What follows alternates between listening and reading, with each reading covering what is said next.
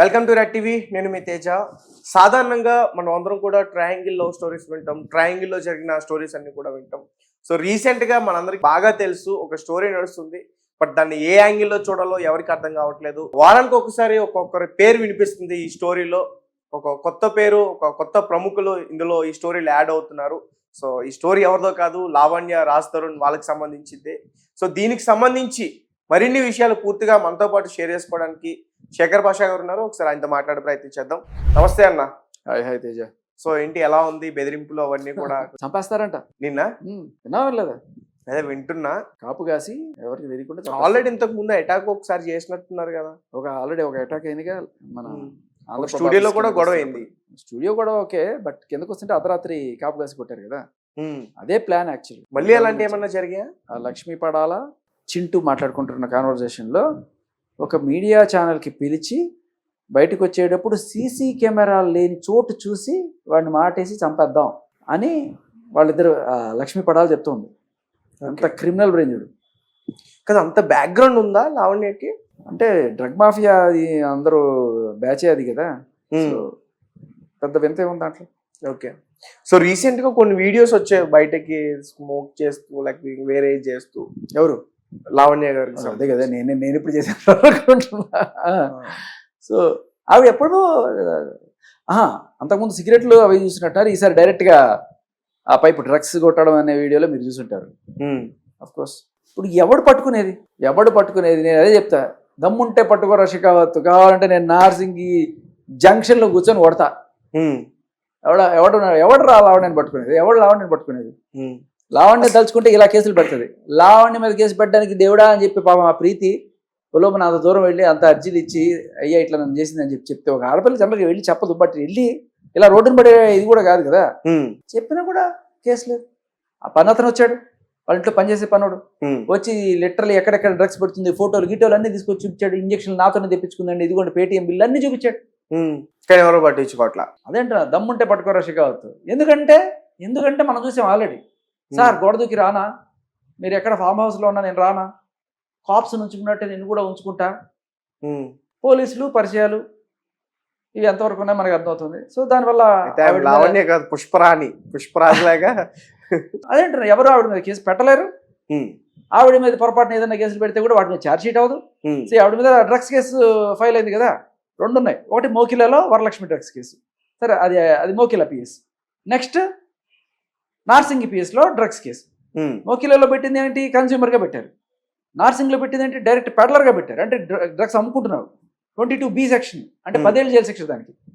ఇప్పుడు దాని నుంచి తప్పించుకోవాలి. అందుకని మరి పోలీసులతో అంత ముద్దుగా మాట్లాడటము, వాళ్ళని ముగ్గులోకి దించడానికి ప్రయత్నిస్తున్నట్టుగా తెలుస్తుంది.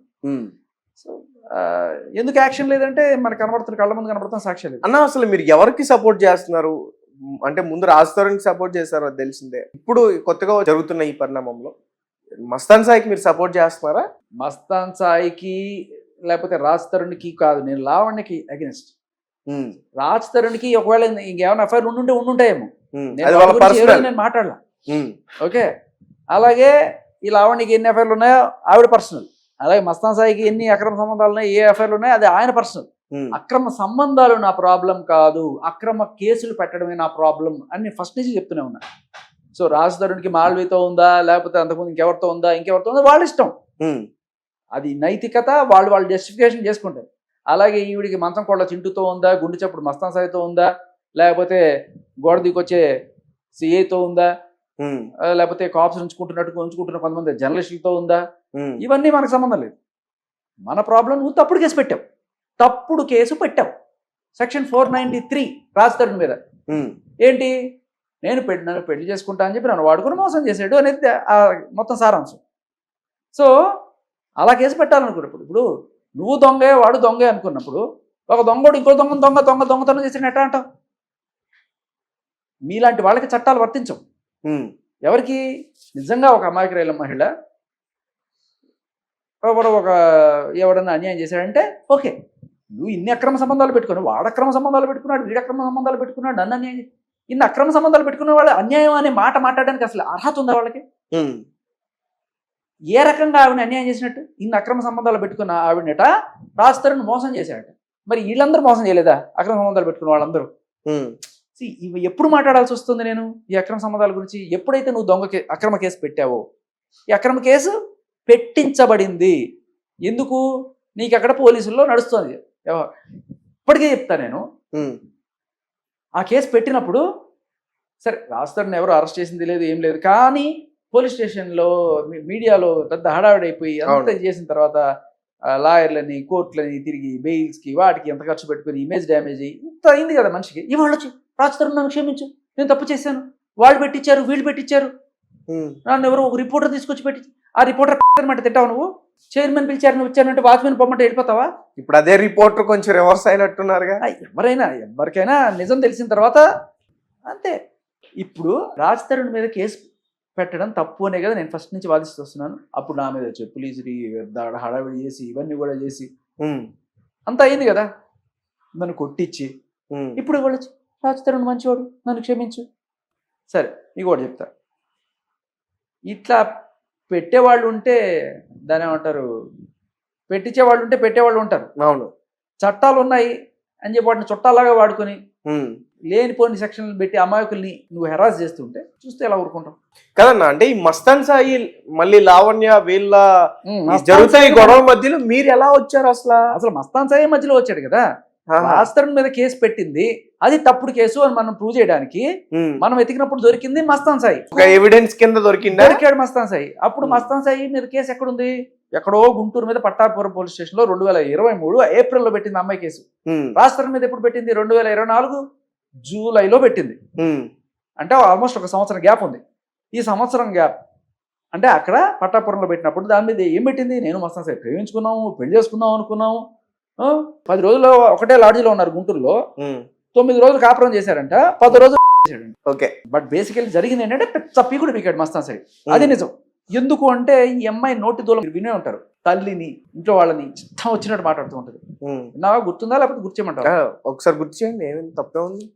పాపం సీజన్ 2 వచ్చేటప్పటికి సీజన్ 1 హైలైట్ జనాలు మర్చిపోయి ఉంటారు. అంటే రోజుకో కొత్త కొత్త ట్విస్ట్లన్నీ కూడా బయటకు వస్తున్నాయి కదన్నా. అదే అందుకని మనం ఆకాశం తాకే ఏ మేడకైనా ఆధారం లేదా ఈ నేలలోనా అని మనం రూట్స్ ఎప్పుడు మర్చిపోకూడదు. మన వెబ్ సిరీస్ ఎంత ముందుకు పోయినా కూడా దాని స్టార్టింగ్ స్టేజ్ మర్చిపోకూడదు. అవును, ఈ స్టార్టింగ్ స్టేజ్ ఏంటి? రాజతరుణ్ మీద పెట్టింది. ఫస్ట్ మనందరికీ షాక్, రాజతరుణ్ మీద కేసారు. రెండో రోజు కట్ చేస్తే ఒక ఆడియో లీక్ వచ్చింది. దాంట్లో ఏంటి? రాజతరుణ్ని బచ్చి బూతులు తిడుతూ కొడుతూ, రాజతరుణ్తో పాటు వాళ్ళ అమ్మని తిడుతూ, నాగార్జున గారిని కూడా తిడుతూ, బిగ్ బాస్ ని కూడా తిడుతూ. కాకపోతే మనకి అదేంటంటే బీప్ ప్లేస్ వచ్చిన ఆడియో, బీపుల్ లేకుండా దీని వెనకాల ఏముంది అని నేను జస్ట్ కొంచెం ఉత్సుకతతోటి స్టార్ట్ చేశాను. ఎతికినప్పుడు నాకు ఈ టెలిగ్రామ్ ఛానల్స్ లో వాటిలో ఇట్లా ఎక్కడో దొరికింది, నాకు గుర్తులేదు ఎక్కడ దొరికిందో బీ ప్లస్ ఆడియో.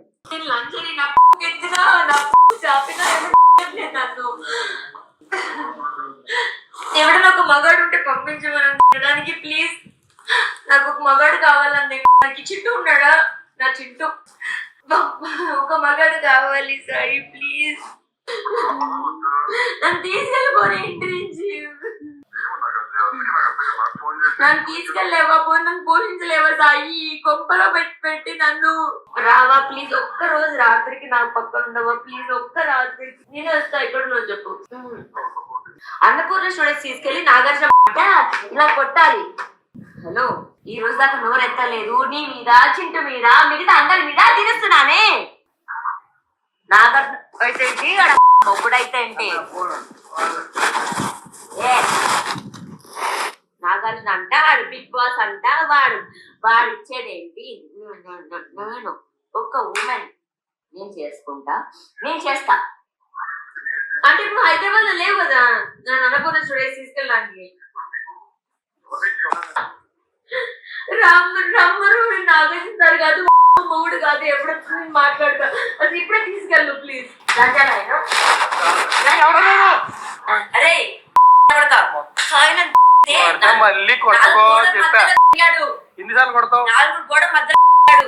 నలుగురు మగాళ్ళు ఎవడి కావాలి? వీడిల్లు, వీడి సినిమా,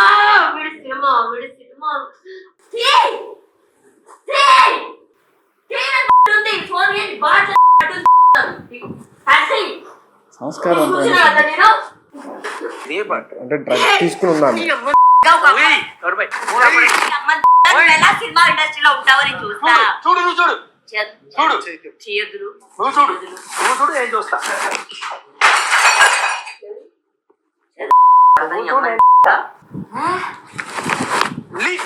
రోజు చెయ్యాలి అప్పుడు అలవాటు అయిపోయింది నీకు. కొట్టు దాని నుంచి కొట్టు.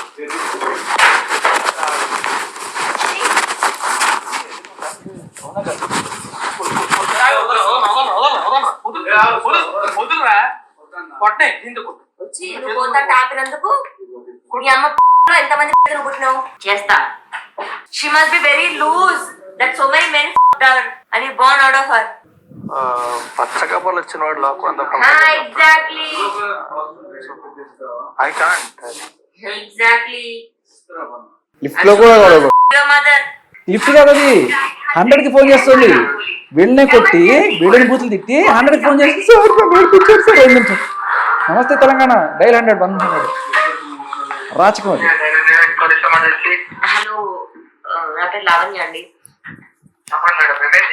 సార్ నేను పవని బోల్వాడ్ నుంచి మాట్లాడుతున్నాను, కోకాపేట్ సార్. సార్ ఒకసారి మీరు రావాలి ఇక్కడికి ప్లీజ్. కోకాపేటలో.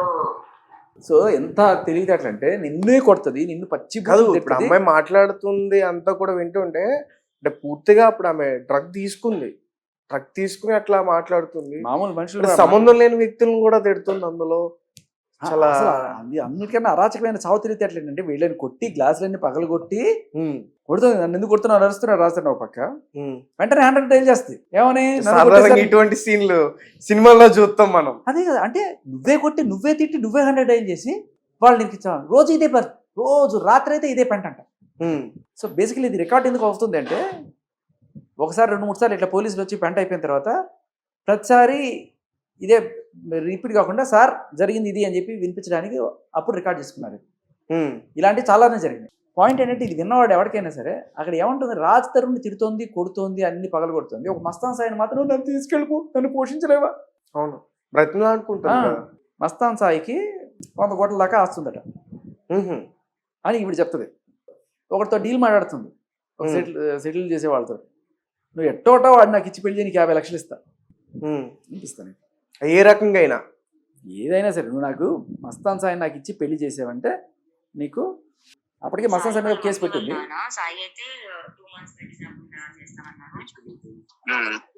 నాన్ బెయిలబుల్ 2-3 సెక్షన్స్ పడుతున్నాయి. అటెంప్ట్ టు మర్డర్ అని చెప్పారు. వీళ్ళ మీద బానే మంది ఉన్నారు, అంటే వాళ్ళు చాలా పలుకుబడిన వాళ్ళే అంట, డబ్బులు ఉన్నాయంట బాగా. మీ పేరెంట్స్ అందరు కలిసి చేశారు. వాళ్ళకంట 100 కోట్లు ఎంత ఆస్తుందంట. ఎవరు చెప్పారు అనుకుంటున్నారు ఇక్కడ అందరూ. అందుకే నన్ను ట్రాప్ చేసింది. మరి ఏమనుకున్నావు నువ్వు? ఇప్పుడు సాయితో నువ్వు ఉండాలనుకుంటున్నావా వద్దనుకుంటున్నావా? ఇష్టపడ్డాను మనసులో అయితే, నాకు ఇష్టం ఉంది. ఇంకా అది ఓపెన్ గా చెప్తున్నాను నేను. అది అతనికి తెలుసు, నా చుట్టుపక్కల వాళ్ళందరికీ తెలుసు. పోయేదాకా నేను ఏం చేయాలి? రాజునైతే నువ్వు లవ్ చేయలేదు? లేదు, నాకు ఇప్పుడు సాయిను చూస్తే ఫస్ట్ నన్ను కొడతాను, అంత గలీజ్ ఉంటాడు. అంటే నాకు బాగుంటాడు, మీద నీ కళ్ళు సాగి సాగి పొగ మంచులు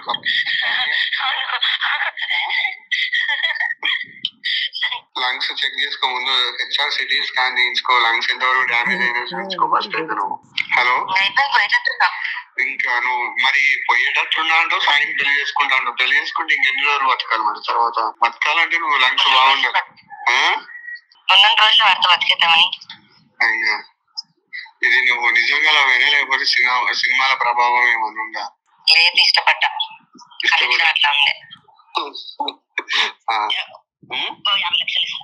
నిజంగా ఇస్తావా? కట్టేసి పెళ్లి చేస్తా అనితా నేనైతే చెప్తాను.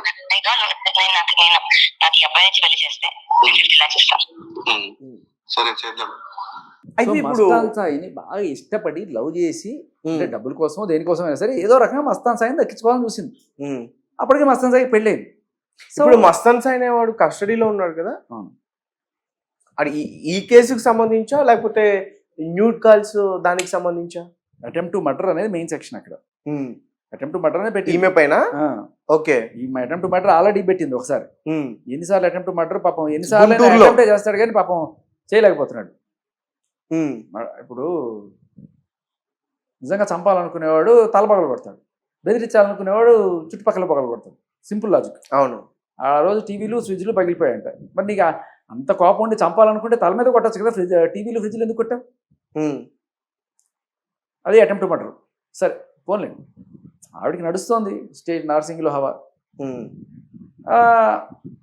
ఇక్కడ కమింగ్ బ్యాక్, అక్కడ ఏమైందంటే మస్తాన్ సాయి అంటే ఇష్టం, ఏదో రకంగా పెళ్లి చేసుకుందాం అనుకుంది. సో రాజ్ తరుణ్ మీద ఏమీ లేదు, ఎప్పుడో అయిపోయింది వాళ్ళకి. అయినా కూడా రాజ్ తరుణ్ ఇంట్లో ఎందుకు ఉంది అనేది బేసిక్ క్వశ్చన్. ఎందుకంటే రాజ్ తరుణ్ కెరీర్ స్టార్టింగ్లో కొన్నాళ్ళు ఈవిడే రాజ్ తరుణ్కి షెల్టర్ ఇచ్చింది, ఒక వారం రోజులు కూడా కాదు. అది పెట్టుకొని బ్లాక్మెయిల్ అంటే ఎమోషనల్ బ్లాక్మెయిల్. ఎలా అంటే నీకు ఏమీ లేరురా, ఏమీ లేని రోజు నేను ఇచ్చాను రా అని చెప్పి, సరే అమ్మ ఉండు తల్లి అని చెప్పి వదిలేశాడు. అలా ఉంటూ అక్కడ రోజు మస్తాన్ సాయి, చింటూ వాళ్ళందరినీ తెచ్చుకొని పార్టీలు గిట్టీలు చేసుకుంటూ ఇదంతా హడావిడి చేస్తూ అక్కడ రాస్తాను. ఎప్పుడో షూటింగ్ ముంచుకొని రాత్రి 10 గంటలకి 11 గంటలకి వస్తే సుందరం మాస్టర్ అని చెప్పి ఇట్లా కూర్చోబెట్టి ఆ సినిమాలో చూపించినట్టు ర్యాగింగ్ చేయడాలు, తిట్టడాలు, కొట్టడాలు ఇవన్నీ చేసి తల్లిని పచ్చిగా తిట్టి అని చెప్పి వెంటనే మస్తాన్ సాయికి ఫోన్ చేయడం, నువ్వు వచ్చి నన్ను తీసుకెళ్ళిపోవడం. అక్కడ తర్వాత వెంటనే పోలీసులకు ఫోన్ చేయడం, ఇంత రక్కస్. సరే మొత్తానికి మస్తాన్ సాయితో ఉన్న రిలేషన్ అయితే మీకు అర్థమవుతుంది కదా. ఒక అరాచకమైన రాక్షస ప్రేమ మస్తాన్ సాయి మీద. ఆడికి ఏ అమ్మాయి ఉండకూడదు జీవితంలో, నేనే ఉండాలి, అతనితో ఎవరు ఉండకూడదు. బేసికలీ తన మెంటాలిటీ అంటే మస్తాన్ సాయి కాదు, తన చుట్టుపక్కల ఉన్న మగాళ్ళు ఎవరికి కూడా ఎవరన్నా సరే ఒక అమ్మాయితో కలిసి ఉంటున్నారంటే అవ్వదు, వాళ్ళు విడిపోవాలి ఏదో రకంగా. ఉదయ్ ప్రీతి ఉన్నారనుకోండి, వాళ్ళిద్దరికి మధ్య గొడవలు పెడుతుంది, వాళ్ళు విడిపోవాలి. చింటూ ఉన్నాడు అనుకోండి, చింటూ పెళ్ళడానికి గొడవ పెడుతుంది. ఎవరైనా సరే సైకాలజీ ఏంటంటే ఎవరన్నా ఆడ మగ కలిసి సరదాగా ఉంటున్నారు, వాళ్ళు సుఖంగా ఉంటున్నారంటే ఓర్చుకోలేదు. సో ఇంకా మిగతా వాళ్ళ సంగతి ఎలా అంటే తన సంగతికి వస్తే మస్తాన్ సాయిని ఇష్టపడింది కాబట్టి మస్తాన్ సాయి వేరే అమ్మాయితో ఉంటే ఉంచుకోలేదు. సో పెళ్ళంతో గొడవలు పెట్టి పెళ్ళాన్ని విడదీసేట్టు చేసింది. Point number 1. అంటే ఇప్పుడు మస్తాన్ సాయి వాళ్ళ తన పెళ్లి చేసుకున్న వాళ్ళిద్దరు కూడా విడివిడిగా ఉంటున్నారు, ఈవిడ పుణ్యమా అని. అయిపోయిన తర్వాత సరే I love you must love మీ అని పీకితే సరే ఏదో కొన్నాళ్ళు అలా మొహమాటానికి ఎట్లా కొన్నాళ్ళు ఉంటే ఫైనల్గా ఆ రోజు వాళ్ళ అమ్మని తిట్టి వాడు అమ్మాయిని కొట్టి తర్వాత కేసు అయిన తర్వాత కొన్నాళ్ళు కేసు అయిన తర్వాత గ్యాప్ వచ్చింది.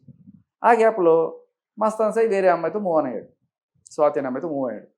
అయిన తర్వాత ఆ విషయం తెలుసుకుంది. మస్తాన్ సాయి దగ్గరికి వెళ్ళి అని చెప్పి మంచిగా మాట్లాడుతూ నీ కేసు తీసేస్తాను ఇది అని చెప్పేసి ఫోన్ గుంజుకొని, ఇది ఒక అలవాటు. ఎంతమంది ఫోన్లు ఇప్పటిదాకా ఆవిడ దగ్గర ఉన్నాయో తెలియదు. ఉదయ్ ఈ ప్రీతి ఫోన్ ఉంది, రాజ్ తరుణ్ ఫోన్లు ఉంటాయి, ఇంకా ఎవరు పడితే వాళ్ళ ఫోన్లన్నీ గుంజుకుంటారు అనమాట. గుంజుకొని వాళ్ళ పర్సనల్ డేటా అంతా తీసుకొని బ్లాక్మెయిల్. సో అలా ఈ అబ్బాయి ఆ అమ్మాయి కలిసి ఉన్న క్లోజ్ ఫొటోస్ తీసుకొని వాళ్ళ నాన్నకి పెట్టడం, వాళ్ళ రిలేటివ్స్కి పెట్టడం, ఫ్రెండ్స్కి పెట్టడం, అందరికి పెట్టి అమ్మాయిని లిటరల్లీ బద్నాం చేస్తుంది. సో ఆ అమ్మాయిని ఎట్టా అయినా వదిలించారు. ఇంకా ఆ అమ్మాయి తట్టుకోలేక ఏకంగా వెళ్ళి పోలీస్ స్టేషన్లో నార్సింగ్ ప్లేస్లో కేసు పెట్టింది. అదైపోతే సరే ఆ అమ్మాయి తర్వాత ఈ పెంట అంతా మనకు వద్దని చెప్పి పెళ్లి చేసుకొని ఎక్కడికో వేరే దేశానికి వెళ్ళిపోయి సెటిల్ అయిపోయింది. అలా ఇంకో అమ్మాయి ఆ అమ్మాయి వెళ్ళిపోయిన తర్వాత అలా సరే ఎవరో ఇంకొక ఎవరో ఆ మస్తాన్ సాయి ఫ్రెండ్స్ వాళ్ళకి వీడియో కూడా తెచ్చుకొని వాళ్ళని బ్లాక్మెయిల్ చేసి వాళ్ళని బెదిరించి ఇచ్చేయడం. ఇవాటికి కూడా అమ్మాయి చేసేది అదే, మస్తాన్ సాయికి వేరే గర్ల్ ఫ్రెండ్ అనేది ఉండొద్దు, నేనే ఉండాలి. బయటికి చెప్పేది నేను రాజ్ తరుణ్ గర్ల్ ఫ్రెండ్, ఇదే రాజ్ తరుణ్ గర్ల్ ఫ్రెండ్ అంటే క్లియర్ కట్గా మస్తాన్ సాయి కావాలి. మరి ఆయన డబ్బులు 100 కోట్లు 50 లక్షలు ఇచ్చినా సరే ఆయనతో పెళ్లి చేయిస్తా అని చెప్పి ఎవరితో సెటిల్మెంట్ మాట్లాడుతుంది. ఇది ఇలా ఉంటే ఇప్పుడు మస్తాన్ సాయి ఏం చేసినా పెళ్లి చేసుకోవట్లేదు. ఎవరు చేసుకుంటారు ఇట్లాంటి వాళ్ళు? సరే మొత్తానికి ఏమైంది, ఇంకా మస్తాన్ సాయిని ఏదైనా సరే చాలా రోజులు బ్లాక్మెయిల్ చేసి డబ్బులు. ఇప్పుడు రాజ్ తరుణ్ లేడు, ఇప్పుడు రాజ్ తరుణ్ కూడా పెళ్లి చేసుకునే ఉద్దేశం కాదు. ఈ రాజ్ తరుణ్ ఎప్పుడో బ్రేకప్ అయిపోయింది. అదే మొన్న గొడవ పెట్టింది కూడా పెళ్లి చేసుకోవడానికి దానికి కాదు, ఏదో రకంగా అంతే కొన్ని డబ్బులు గుంజాలే ఎట్లయినా సరే. అంతే ఇప్పుడు మస్తాన్ సాయి దగ్గర కూడా ఇదే అంతే. ఇప్పుడు శేఖర్ పాషా మరి శేఖర్ పాషా మీద కూడా కేసు పెట్టింది, మరి శేఖర్ పాషాని అడగట్లేదా? అదే నన్నే కొట్టించిన నా మీద కేసు, అదే చెప్తున్నా కదా. వాళ్ళనే కొట్టి అమ్మాయి మెంటాలిటీ గమనించండి, వాళ్ళనే తిడుతుంది, వాళ్ళనే కొడుతుంది, ఇంకో పక్క 100కి వీడియో ఫోన్ చేస్తుంది సేఫ్ సైడ్. సో నన్ను కొట్టించి వెంటనే వెళ్ళిపోయింది పోలీస్ స్టేషన్కి. సార్ నన్ను కొట్టేశారు, చంపేశారని. నేనేమో హాస్పిటల్, ఇప్పుడు దెబ్బ తగిలిన వాడు హాస్పిటల్కి పోతాడా పోలీస్ స్టేషన్కి పోతాడా? ఈవిడ దెబ్బ తగిలితే పోలీస్ స్టేషన్కి వెళ్తుంది, నేను దెబ్బ తగిలి హాస్పిటల్కి పోయాను. సో అదే లాజిక్. చంపాలనుకున్న వాడు టీవీ పగలు కొడతాడా, తల పగలు కొడతాడా? కదా మధ్యలో పేరు నిఖిల్, హీరో నిఖిల్ గారి పేరు వచ్చింది. అవన్నీ మనం రాసుకోవడానికి మనకు వస్తాయి తప్ప ఏ పార్టీకి వచ్చినప్పుడు అది తీసుకున్న ఫోటోలు. అవును, ఆయన కూడా దానిపైన స్పందించారు. పార్టీకి వచ్చి పార్టీలు ఉంటుంటాయి జనరల్ గా, పార్టీలు ఉన్నప్పుడు ఏవో బూజ్ పార్టీలు ఏవో ఉంటాయి. అయితే వీడికి చాలా మంది ప్రముఖులతో పరిచయాలు అయితే ఉన్నాయి ఉన్నాయి ఇండస్ట్రీలో. అంటే రాజ్ తరుణ్తో ఉంటూ ఆయన ఫోన్లు గుంజుకుంటారు, నేను రాజ్ తరుణ్ మిసెస్ అని చెప్పి పెడతా ఉంటుంది అందరికి. ఏమి ఎవరికి బయట వాళ్ళకి, లోపల జరిగేది మస్తాన్ సాయి తోటి. ఓకే, ఇప్పుడు ఆమెకు సంబంధించి కొన్ని వీడియోలు వచ్చినా లేకపోతే చాలా ఆడియోలు వచ్చినా ఆమెను ఎందుకు ఏం చేయలేకపోతున్నారు అనుకోవచ్చు. ఇప్పుడు మస్తాన్ సాయి గురించి మాట్లాడుకుంటే దానికి సంబంధించిన కొన్ని వీడియోలు బయటపడ్డాయి. సో ఆ రకంగా అతను అరెస్ట్ చేశారు అనుకోవచ్చు, లేకపోతే ఏదైతే అనుకోవచ్చు. వీడియోలు బయటపడితే ఎవరు అరెస్ట్ చేస్తారు? వీడియోలకి అరెస్ట్కి సంబంధం ఏంటి? ఇప్పుడు నువ్వు ఒక అమ్మాయిని బెదిరించి వీడియో తీసుకున్నావు అనుకుందాం, ఆ అమ్మాయి వచ్చి కంప్లైంట్ పెట్టాలి. అవును, ఆ అమ్మాయిని బెదిరించావని చెప్పి వేరే వాడు కంప్లైంట్ పెడితే అట్లా కుదురుతుంది. ఇవన్నీ అసలు ఈమె ఎట్లా సేకరించింది, ఎలా సేకరించి వాళ్ళ ఇంటికి వెళ్ళి దొంగతనం చేసుకోవచ్చు హార్డ్ డిస్క్. ఈవిడిదే ఫోన్లు దొంగతనాలు చేయడాలు, హార్డ్ డిస్క్లు దొంగతనాలు చేయడాలు. బేసికల్లీ డబ్బులు దొంగతనం చేసామనుకో, మహా అయితే పర్సులు నీకు 500 1000 రూపాయలు దొరుకుతాయి, మహా అయితే ఒక 5000 దొరుకుతాయేమో. కానీ హార్డ్ డిస్క్లు ఇలాంటి దొంగతనం చేస్తే పర్సనల్ డేటా కదా, దానికోసం లక్షల కోట్లు కూడా డిమాండ్ చేయొచ్చు. సో అదే డిమాండ్ ఇప్పుడు మస్తాన్ సాయి 12 కోట్ల నుంచి బేరాన్ని మొదలయ్యి 8 కోట్లు 2 కోట్లు 50 లక్షలు ఇప్పుడు ఎంతో కొంత పొందాలి అని చెప్పి ఫైనల్లీ ట్రై చేస్తుంటే ఇంకా మస్తాన్ సాయి ఏదో రకంగా హార్డ్ డిస్క్ గుంజుకుపోదామని చెప్పి ఇంటికి వచ్చి హార్డ్ డిస్క్ తీసుకుపోతుంటే జరిగిన రచ్చలో వీళ్ళు అమ్మాయి వెంటనే పోలీస్ స్టేషన్కి ఫోన్ చేసి ఏదో నన్ను కొట్టేసాడు చంపేశాడు అని చెప్పి కేసు పెట్టేసి. సరే, కొత్తగా వచ్చే మరిన్ని ఈ స్టోరీలోనే కొన్ని బ్రేకింగ్ విషయాలు బయటపడబోతున్నాయని చెప్తున్నారు. ఏంటి? మస్తాన్ సాయిని ఈవిడి అదే నన్ను మస్తాన్ సాయి డ్రగ్స్లో ఇరికించడానికి ట్రై చేశాడు అని చెప్పి బయట కన్నీళ్ళు గడుస్తూ మస్తాన్ సాయినే యాక్చువల్ లోపలికి పంపించారు. ఈవిడ ఇరుక్కుంది ఆయన కదా, కానీ మస్తాన్ సాయిని ఇరికించడానికి ఈవిడ చాలా రోజుల నుంచి కుట్ర పంపుతుంది. సో మీరు రీసెంట్గా ఇంతకన్నా ముందు మస్తాన్ సాయి ఒక దీంట్లో అరెస్ట్ అయ్యాడు, గుర్తుందా మీకు? డ్రగ్స్కి సంబంధించి. మస్తాన్ సాయి దగ్గర నుంచి ఎలా అయినా డబ్బులు తీసుకోవాలి. ఎంత దిగజారిపోయి అడుగుతారంటే ఒకసారి ఇది విన్నారా లేదు?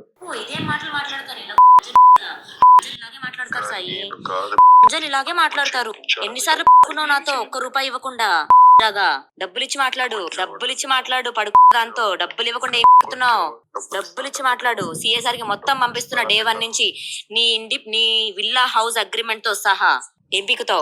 అలా ఎలాగైనా సరే డబ్బులు కావాలి. ఇదేం మాటలు మాట్లాడతారు ఇలా కదా, ఇలాగే మాట్లాడతారు సాయి, ఇలాగే మాట్లాడతారు. ఎన్నిసార్లు నాతో ₹1 ఇవ్వకుండా డబ్బులు ఇచ్చి మాట్లాడు పడుకున్న దాంతో డబ్బులు ఇవ్వకుండా ఏం బిక్కుతున్నావు? డబ్బులు డిమాండ్ చేస్తుంది అనేది క్లియర్ గా అర్థం అవుతుంది మస్తాన్ సాయి దగ్గర నుంచి. అండ్ ఇవ్వకపోయేసరికి ఎలా అయినా సరే తనని బద్నాం చేయాలి. ఎలా? వాళ్ళ దర్గాని కూడా బద్నాం చేయాలి.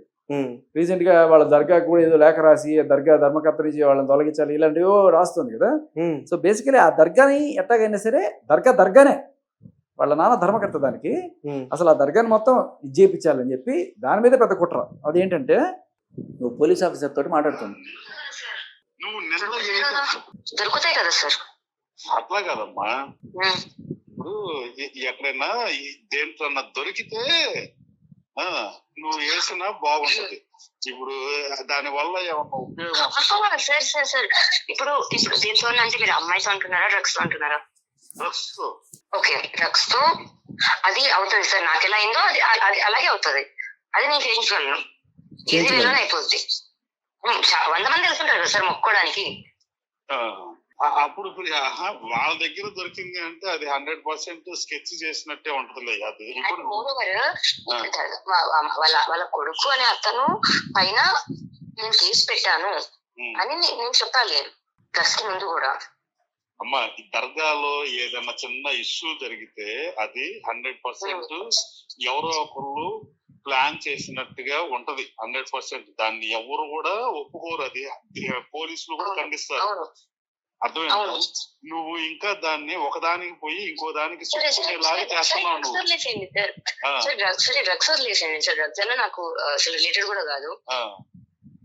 నువ్వు ఇంకో దాంట్లో చుట్టుకుంటున్నావు, నువ్వే చుట్టుకుంటావు. నీ గొడవ గురించి మాట్లాడు. విజయవాడ పిఎస్ నీ గొడవ గురించి మాట్లాడు. అతన్ని ఎట్లా ఇరికించాలనేదే చూస్తున్నావు తప్ప నీకు అదే ఫస్ట్ నుంచి నేను చెప్తున్నాను. ఇప్పుడు అర్థమవుతుందా ఎవరిని ఇరికించాలని చూస్తున్నారు? నువ్వు తెగొద్దావు ఏదైనా ఉంటే మాట్లాడమ్మా నాతో. ఏదైనా ఉంటే వాళ్ళ నాన్నతో కానీ ఈ విధంగా తెగొట్టడానికి సార్, ఆ? ఈ విధంగా తెగొట్టడానికి. సో బేసికలీ ఎవరిని ఇరికిస్తున్నారు ఇక్కడ? చాలా క్లియర్ కట్ గా మస్తాన్ సాయి మీద ఎప్పటి నుంచో స్కెచ్లు వేస్తుంది. అసలు అలాగే మస్తాన్ సాయి ఇరుక్కొని ఈ ఆడియో ఎప్పుడు బయటకు వచ్చిందన్న? మొన్న రీసెంట్ గా మస్తాన్ సాయి హార్డ్ డిస్క్ నుంచి బయటపడ్డాయి. మస్తాన్ సాయి హార్డ్ డిస్క్ నుంచి బయటపడ్డాయి. అంటే బేసిక్ గా ఆ హార్డ్ డిస్క్ పోలీసులు స్వాధీనం చేసుకున్నారు కాబట్టి అట్లా కొంచెం బయటపడ్డాయి. లేకుంటే ఏమో మనకు తెలియదు. మస్తాన్ సాయి హార్డ్ డిస్క్ లో బయటపడ్డాయని చెప్పి రకరకాలుగా ఇస్తున్నారు కదా. ఆ అమ్మాయి వీడియోస్ బయటపడ్డాయి, ఈ అమ్మాయి వీడియోస్ బయటపడ్డాయని చెప్పి వాళ్ళ జీవితాలు బజార్ పెట్టడం తప్ప చేసి తెలియదు. పనికొచ్చే ఏమైనా ఉన్నాయంటే అవి ఇవి. ఈ పనికొచ్చే పాపం వాళ్ళు ఎవరు చూపించరు. మీ పైన పెట్టిన కేసు ఏంటి? ఎవరు లావండి నా పైన పెట్టిందే? నేను కొట్టేశానట అవన్నీ, ఆవిడ చంపేశాను. ప్రాణ భయం ఉందిట నా వల్ల. అది అండర్స్టూడ్. నన్నే కొట్టించి నేను హాస్పిటల్కి వెళ్ళాను, ఆవిడేమో నేను కొట్టేశానని చెప్పి. ఆ రోజు అర్ధరాత్రి 11:30కి నేను ఇంటర్వ్యూ చేసుకుని నేను వస్తుంటే ఆవిడ ఎందుకు రావాలి అక్కడికి? అసలు ఫస్ట్ పాయింట్, నేను మెట్లు దిగుతుంటే అక్కడ దయ్యంలా దాక్కుని ఉంది ఇట్లా, 2 చెప్పులు ఉడికి మీద. సో అంటే ఆ తర్వాత నేను తోసాను మీద పడుతుంటే, కొట్టించుకోవాలా వెంటనే వచ్చేసారనమాట. కాళ్ళు రెడీగా ఉంటారనమాట. ఆడపిల్ల మీదకి వస్తారని చెప్పి ముందు స్కెచ్ అనమాట అది. సో గొడవ జరిగింది, నాకు ఇక్కడ టేర్ అయింది. ఇంకా నేను వెళ్ళాను, హాస్పిటల్కి వెళ్ళాను, అంత అయింది. బేసికలీ నేను వాళ్ళ ఇంటికి వెళ్ళానా, ఆవిడకి ఏమైనా స్కెచ్ వేసాను, ఆవిడే ఎత్తుకుంటూ అర్ధరాత్రి 11:30కి మెట్ల దగ్గర కాపు కాసి ప్లాన్డ్గా ఒక మీడియా ఛానల్ దగ్గర జరిగింది అది. అంతే. మీరు ఆ ప్లాన్ చూడండి, నన్ను చంపేయాలన్న ప్లాన్ వినండి. దాంట్లో చాలా క్లియర్ కట్గా ఒక మీడియా సంస్థకి పిలిచి కిందకు వస్తున్నప్పుడు సీసీ కెమెరాలు లేని చోట చూసి నేను వేసేద్దాం. ఆ రోజు మీ అదృష్టం బాగుండి బయటపడ్డారేమో, లేకపోతే బిగ్ బాస్ లో కూడా కనిపించేవారు కాదు. అసలు ఏం చెప్పాలో అర్థం కావట్లేదు. ఇంకొక విషయం కూడా చెప్తా. అంటే ఒక అమ్మాయి వచ్చి నాకు లబోదిబోం అంది అని చెప్పి వెంటనే కేసులు పెట్టేస్తున్నారా, లేదు ఆ అమ్మాయి పోలీసుల పరిచయాల వల్ల కేసు పెడుతున్నారా? ఏదైనా సరే ఒక అమ్మాయి కూడా మీద మీరు కేసులు పెట్టడం అనేది చేస్తే చాలా చాలా నెగిటివ్ ఇది వెళ్తుంది సమాజంలోకి. కళ్ళ ముందు కనబడుతుంది కదా. ఇవాళ వచ్చి క్షమాపణ చెప్తుంది, ఆ అమ్మాయి అప్పుడు వచ్చి పెడితే తీసుకుని ఎంత రక్కస్ చేశారండి. గత 3-4 నెలల నుంచి రాజ్ తరుణ్ రోడ్డు మీదకి ఇచ్చి అతన్ని జీవితం అంతా నాశనం చేశారు కదా. సో ఇప్పుడు వచ్చి క్షమాపణ చెప్తే ఆవిడతో పాటు పోలీస్ కేసులు పెట్టారు కదా, ఆల్రెడీ నమ్మేసి పోలీసులు పెట్టారు కదా. అయ్యో ఆడపి కూతురికి అన్యాయం అయిపోతుంది, మీడియా వాళ్ళు కూడా వచ్చారు కదా. అలా నమ్మే ముందు కొంచెం క్రాస్ చెక్ చేసుకోవచ్చు కదా. ఇప్పుడు నేను అనేది ఏంటంటే, సరే ఈ పోలీసులకి తెలియదు అనుకుందాం, పాప నిజమనే నమ్మారు అనుకుందాం. ఆ పెట్టిన ఆవిడ ఏమన్నా మామూలు ఆవిడ డ్రగ్ పెడ్లింగ్ కేసులో ఇరుక్కుంది. డ్రగ్ పెడ్లింగ్ కేసులో అంటే ఆవిడ న్యాయం ఉండదు ఆవిడకి కదా, అందుకని పెట్టామని ఉండొచ్చు. సరే ఆవిడ పెట్టింది నిజమైన ఉండాలి కదా. కనీసం రాజ్ తరుణ్ నాకు మొగుడు లేకపోతే నన్ను వదిలేసాడు ఇలాంటివన్నీ పెట్టినప్పుడు ఎక్కడో గుంటూరు పట్టాపురంలో ఎతికి మనం తీసుకొచ్చి చూపిస్తే తప్ప తెలియలేదు వాళ్ళకి. సరే పోనీ అది ఆంధ్ర, ఇది తెలంగాణ అనుకుందాం. పోనీ తెలంగాణలో వేరే కేసు ఉంటే, ఇదే అమ్మాయి వేరే వాడు నా మొగుడు అని చెప్పి కేసు పెట్టుంటే, సరే తెలంగాణలో నార్సింగ్ పిఎస్ వేరు, వేరే పిఎస్ వేరు, అది కూడా కాదనుకుందాం. అదే నార్సింగ్ పిఎస్లో ఉంటే, నార్సింగ్ పిఎస్లో 2023 సెప్టెంబర్న మస్తాన్ సాయి మీద వీడికి పెట్టిన కేసు ఇవాళ కాదు, 2023లో. రాజ్ తరుణ్ మీద పెట్టిందేమో 2024 జూలై, అంటే కరెక్ట్గా సంవత్సరం కూడా కాల. రాజ్ తరుణ్ మీద పెట్టిన కేసులో ఏమంటే 12 ఏళ్ల నుంచి మేము రిలేషన్లో ఉన్నాం, ఎప్పుడో పెళ్లి చేసేసుకున్నాం మేము అని చెప్పి పెట్టింది. ఈ కేసు వాళ్ళకి తెలీదా? వాళ్ళ 2023లో మస్తాన్ సాయి గురించి మస్తాన్ సాయి నేను ప్రేమించుకున్నాం, పెళ్లి చేసుకుందాం అనుకున్నాం, ఇప్పుడు నేను విడిపోయాను, మస్తాన్ సాయి నన్ను వేధిస్తున్నాడు అని చెప్పి ఆవిడ స్వహస్తాలతో రాసిచ్చిన కంప్లైంట్. ఇది కనపడదా మనకి? ఒక అమ్మాయి కూడా మీద ఎలా అంటే వచ్చి అలా అమ్మాయి వచ్చిందంటే కేసు పెట్టేస్తారా ముందు వెనక చూసుకోకుండా? మన్నేపల్లియా? నేను అనగా మన్నపల్లి లావణ్య. రాజ్ తరుణ్ మీద కేసు పెట్టాలనుకుంటే ఆవిడ అడ్రస్ కోకాపేట అయిపోద్ది. మస్తాన్ సాయి మీద అడ్రస్ కేసు పెట్టాలనుకుంటే ఆవిడ అడ్రస్ ఇస్నాపూర్ అయిపోద్ది, పటాన్చెరు విష్ణు. అప్పుడు డాటర్ ఆఫ్ రామారావు, ఇప్పుడు వైఫ్ ఆఫ్ రాజ్ తరుణ్. ఇప్పుడు కొత్త కంప్లైంట్ చూడండి, ఇవాళ వచ్చిన కంప్లైంట్. ఇక్కడ డాటర్ ఆఫ్ రామారావు అడ్రస్ కూడా మారిపోద్ది. ఎందుకంటే ఆ అడ్రస్ పెట్టింది అనుకో, కోకాపేట అడ్రస్ పెట్టింది అనుకో, మరి ఈ అబ్బాయి ఇంట్లో నువ్వేం చేస్తున్నావు అమ్మా, అతను నీ మొగుడైతే ఇతని మీద ఎట్లా కేసు పెడతావమ్మా, ఇతను ప్రేమించాను పెళ్లి చేసుకుని అడుగుతారు కదా. ఇక్కడ పోలీసులు తప్పుదం కూడా ఉందని అనుకోవచ్చు. పోలీసులు తప్పుదో పట్టించడం ఫస్ట్ పాయింట్ ఈ కంప్లైంట్ లో. బట్ పోలీసులు ఈ కంప్లైంట్ కనుక చూసుంటే అప్పుడు తీసి అడగాలి కదా, మరి ఇగో ఇక్కడ రాసావు కదా, ఏమని రాసింది, సో మస్తాన్ సాయి అనే వ్యక్తి నాకు పరిచయం అయ్యాడు, మేమిద్దరం పెళ్లి చేసుకోవాలని అనుకున్నాము, గుర్తుపెట్టుకో, పెళ్లి చేసుకోవాలనుకున్నాము, ఆ తర్వాత మస్తాన్ బాజీకి వేరే అమ్మాయిలతో రిలేషన్ ఉందని తెలియగా నేను దూరం పెట్టాను, అప్పటి నుంచి నేను ఎక్కడికి వెళ్తే అక్కడ వస్తూ నన్ను వెంబడిస్తున్నాడు, ఇదంతా ఓకే, పెళ్లి చేసుకుందాం అనుకున్నాను అని ఒక అమ్మాయి ఎప్పుడు చెప్పగలదు? ఆమెకు పెళ్లి కాకపోతేనే కదా. అవును. లేకపోతే కొత్తగా గవర్నమెంట్ ఏమైనా రూల్ ఇచ్చిందా ఎన్నిసార్లు అయినా పెళ్లి చేసుకోవచ్చు ఆడవాళ్ళని? లేదు, కాదు కదా. సో దీని అర్థం ఏంటి, ఆవిడకి అప్పటికి పెళ్లి కాలేదు, మరి నాకు పెళ్లి అయింది, రాజుతారు నన్ను వదిలేసిపోయాడని చెప్పి ఎలా కేసు పెడతాం? నీకు పెళ్లి కాలేదు, వాడిని పెళ్లి చేసుకుందాం అనుకున్నావు, క్లియర్ కట్గా ఉంది. అదే నార్సింగ్ పిఎస్లో, మళ్ళీ అదే నార్సింగ్ పిఎస్లో ఫస్ట్ వీణా మొగుడు వీడిని పెళ్లి చేసుకుందాం అనుకున్నాను, రెండో వీడు, తర్వాత ఎంతమంది మీదైనా పెట్టచ్చా? ఇంత దారుణంగా ఉన్నాయి కదా చట్టాలు. ఇదే నా పోరాటం. సో దీని గురించే 493.